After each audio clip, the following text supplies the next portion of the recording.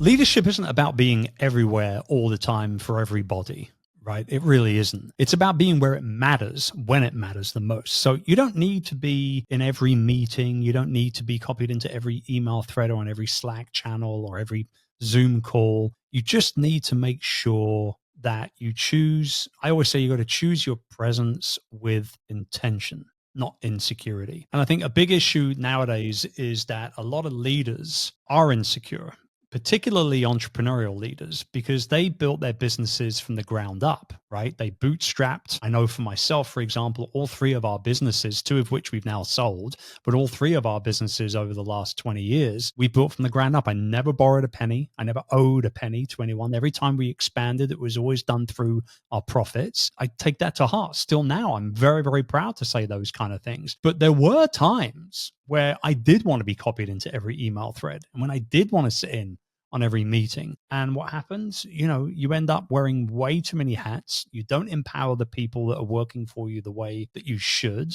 And ultimately, as far as I'm concerned anyway, it stunts your growth, at least for some period of time. And so I like to think that we're pretty well educated nowadays. Like, we have everything that we need in order to be able to live our lives, build our businesses, impact our clients, look after our people. We have pretty much everything we need at our fingertips nowadays. The only difference is, are you consuming that? Are you continually learning so that you continually lead in the right way? And a lot of people aren't, unfortunately. So I think, a sustainable business starts with a sustainable you. I've just become very, very acutely aware of the fact that I can't be everywhere for everyone in all things. And so I just empower my team as much as I possibly can, and I stay in my own zone of genius as much as I possibly can. You talk about the idea of a balanced life, and I'm curious for you, leading a team, these seasons of hustle, how do you know how long they should be before you need to go back to that balance for yourself? And also, how do you explain that to your team who maybe just sees you going off and doing something that isn't working? Yeah. Well, I think first up, a lot of entrepreneurs feel guilty when they take time away from their business. And we need to stop that right now. We need to stop that self guilt tripping immediately, because you've got to take time away from your business in order to be able to recover mentally, if nothing else, to be able to lead in the right way. When it comes to our deadlines and our hustle seasons, we know what they're going to be, as you probably do as well. You guys, I know Jeff has been doing this a lot longer than I have, and has got the war scars to prove it. I know he plans out his schedule at least a year in advance, maybe more. I know we do likewise as well. And so our team knows when those sprints or those hustle seasons are going to be about. Maybe it's a new book launch, or maybe it's a live event that we're holding. Maybe it's an online launch or promotion that we're pushing out, or whatever it might be. They know, though, that at the end of that period, there is going to be a period of quietness, of stillness, of calmness. And they've gotten very, very aware of that over the last 4 or 5 years since I started making all these changes that I talk about inside of the book. I'm just a really big believer that I should stay in my zone of genius as much as I possibly can and let everybody else handle the rest of it, right? And you can only do that when you're all working in your own zone of geniuses as well. And so I empower my people as much as I possibly can. I'm curious because it seems like it would be an interesting thing, especially at first, especially if you're trying to make that transition from being in kind of that hustle, super reactive, like we got to be doing something at all times mode, to decide how long these periods should be, especially if you are planning it a year out or whatever length of time. But sounds like it's not in the moment, right? It's not like you finished a big campaign or something, you're like, all right, we're going to take some time off, but you don't know how long. It sounds like these are pretty well determined. How do you go about thinking about that and deciding how long makes sense to push for, how long makes sense to recover or to balance it out? We actually do it in reverse order, Dan. It's interesting that you asked this question, because I was just talking to Chloe, who's my daughter. She's also our COO, just this morning about next year. So here we are recording this middle of September. We have pretty much most of our dates in place already for 2026. But what we do is at the end of every October, the entire team gets together and we do a 2-day retreat. And what happens at that event, and everybody is aware of the fact that when I show up, there's already going to be a certain amount of stuff already on the schedule, but hardly any of it is business related at all. This is the time where we actually plan out everything from a business perspective. But what will be on that schedule is our annual summer sabbatical as a family. That's the entire month of August. There'll also be 3 individual breaks that myself and my wife take each year. We have an early year reset, we have a mid-year reset, and then we have a late year reset, which is only a 3-night stay somewhere. But we always go somewhere big, somewhere super special. Like last year, we did the Ritz in Paris, for example, right? So we really build those trips up. It's just for us. It's just me and her, and we look incredibly forward to those as well. And there are other school holidays and things like that. I want to be around. Christmases, obviously, Easters and things like that as well. And at that point, we then say, right, what do we want to achieve in the upcoming year? What do we want to launch? What do we want to promote? What kind of events do we want to run? Because we're a big event company. And, what is that going to look like from the calendar based on what's free? So at a business meeting to plan out the year for the next entire year, we've already got all the personal stuff already on the calendar. And that just sends a message to the team that, we prioritize our well-being as a company. And we don't work Fridays. The entire company doesn't work Fridays and hasn't for a number of years. So it sounds like you take the approach really of deciding how you want your life to look and then fit your business into that, which to me feels pretty opposite to how most entrepreneurs do it, right? Or a lot of people, not even just entrepreneurs, where they take the gaps and then try to live in those gaps.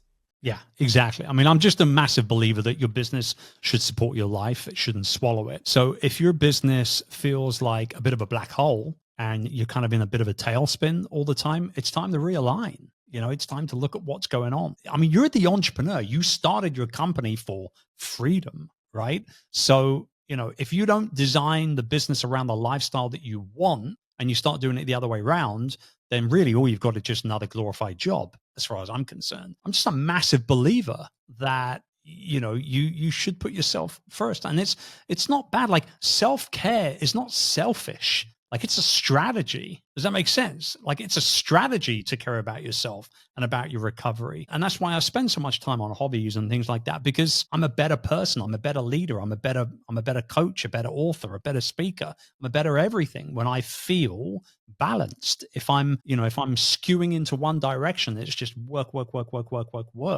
It doesn't work for me at all. It doesn't work well at all. And it's not just me, by the way. I think it's 87% of leaders, which would class as entrepreneurs, small business owners, solopreneurs, C-suite executives, CEOs, CFOs, COOs. 87% of people say that they're burnt out right now, which is shocking. It's a shocking statistic. Whereas the flip side of that coin is those leaders that actually engage in just a simple hobby for a minimum of 2 hours every single week will see up to 30% more productivity in their work, because they're allowing themselves to have that decompression period away from the office or wherever it might be. I think of going back to athletics, I think of it as recovery, like whether it's taking a lengthy sabbatical like you do each year with your family, but even like each night, getting a good night's sleep, that's recovery. It's even during the day, taking breaks away from your desk. Like if I'm ever stuck, like in a creative sense, like I'm looking for the subject line for an email or something like that, I have a saying that runs through my head, the answer's in the woods. And I'm fortunate enough to be able to walk out my door and be out in the woods instantly. And so like when I am stuck or I'm just looking for a recharge, it's literally a 15-minute walk out in the woods. It makes an immense difference. Like that idea of building recovery into your days, within your day, in your days, in your weeks, in your months, at every level, I think is critical.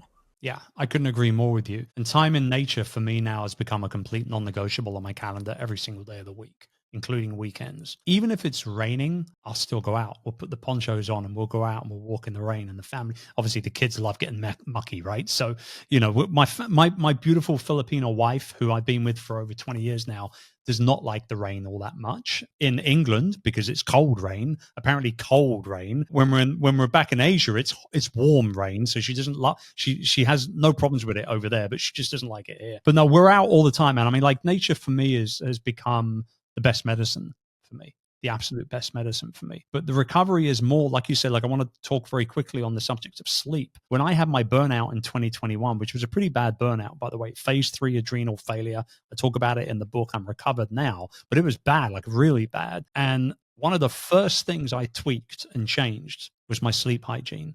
I realized just how bad it was. Even if I was getting 7 or so hours sleep every single night, it wasn't the right type of sleep. I'd be waking up in the middle of the night or tossing and turning, or, I never felt fully rested. And through the combination of cutting gluten, cutting caffeine, getting into bed an hour earlier, having an actual bed, like going to bed routine of stretching. I lay on the Shakti mat as well. I don't know whether you've seen one of these aqua pressure mats with like 2,000 plastic needles. I lay down on that for 20 minutes beforehand. I listen to the Calm meditation app when I'm doing that.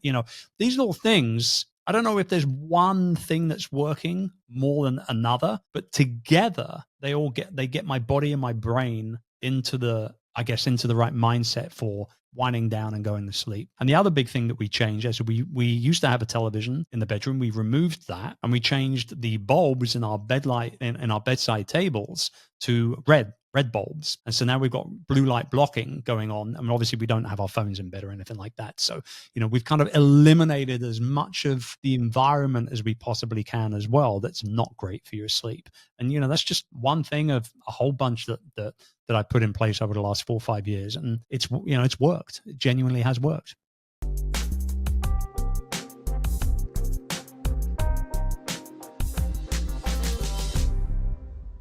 Hey, Launch family. Wasn't that a great clip? If you want to see more of these clips, or maybe you want to check out some of the full episodes that we have, hit subscribe. And we also have some absolutely free, amazing launch resources over at getyouLaunched.com. So go check that out. I think you'll really dig it. Thanks again for listening, and we'll catch you on the next episode.